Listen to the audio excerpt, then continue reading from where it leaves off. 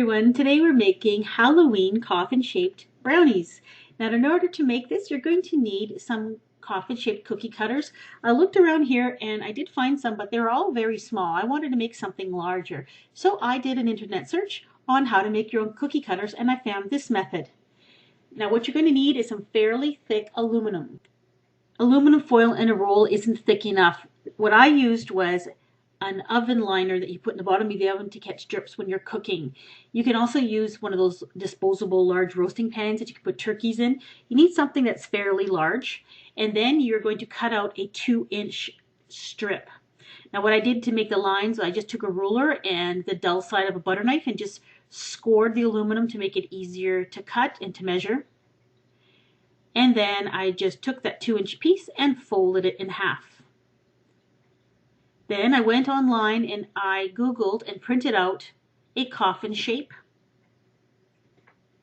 If you go to Google image search, coffin shape, and then select clip art on the search page, there's lots of choices there. And I printed one out and I'm just taking that piece of aluminum that I made and going around bending it all in the right spots until you get the coffin shape that you want.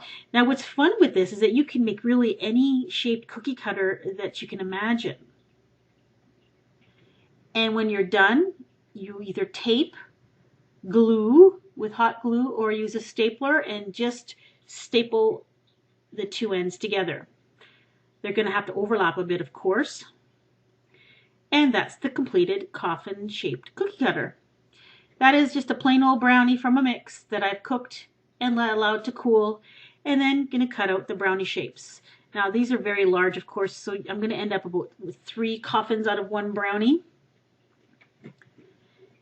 If you're going to try this, what I would suggest is when you make your brownies, line your pan with aluminum foil and grease it, and that way you can take the brownie right out of the pan with you holding on to the edges of the aluminum foil, and it's going to be a lot easier to cut out the coffin shapes and get them free.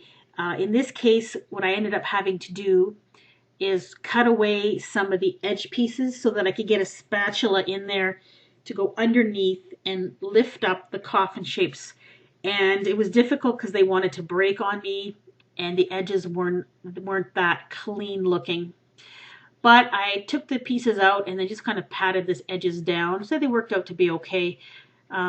Towards the end I realized that I could just put the cookie cutter in, then remove the edge pieces, and then remove the coffin piece with a spatula, and it helped keep things together. And once you have your little coffin pieces out, you can do different things with this. You can just write rest in peace on it and decorate it with some frosting like I did here. Another method is to decorate it with some skeletons. These are candy melt molds in skeleton shapes. These are Wilton brand. I bought them at Michael's craft store. If you go to the Wilton website, you can also take a look at these and purchase them from that website as well. These are candy melting wafers or candy melts. They're little candy discs. They taste a little like white chocolate.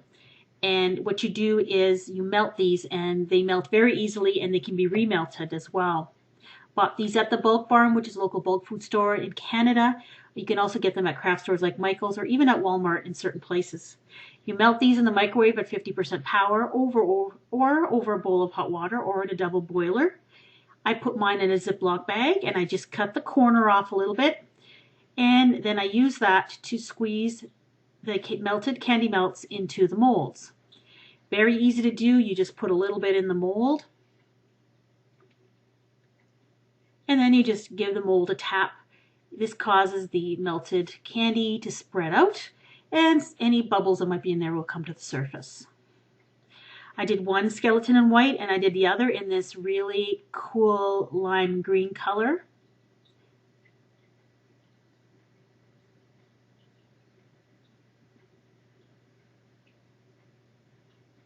Once you're done filling the molds, give them a final tap, then put them in the refrigerator and let them harden and let them chill completely.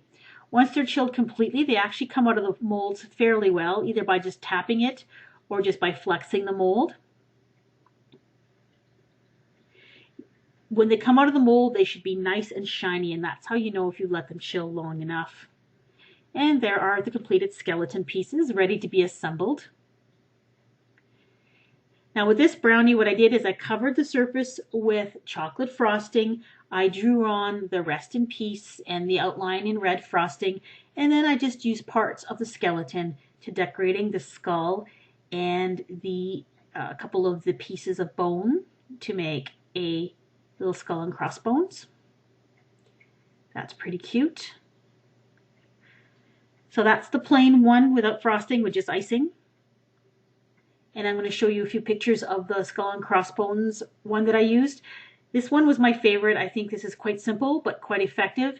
And the third one, what I did was, and this was my initial intention the whole time when I made these, is I hollowed out the coffin shape by cutting out some of the brownie, filled it with chocolate frosting, and I wanted to put the skeleton and set it inside the coffin. But as it turns out, my coffin shape that I made was a little bit too small, and the skeleton was a little bit too big, so he was kind of hanging over the sides. But he was still cute. So why don't you give them a try?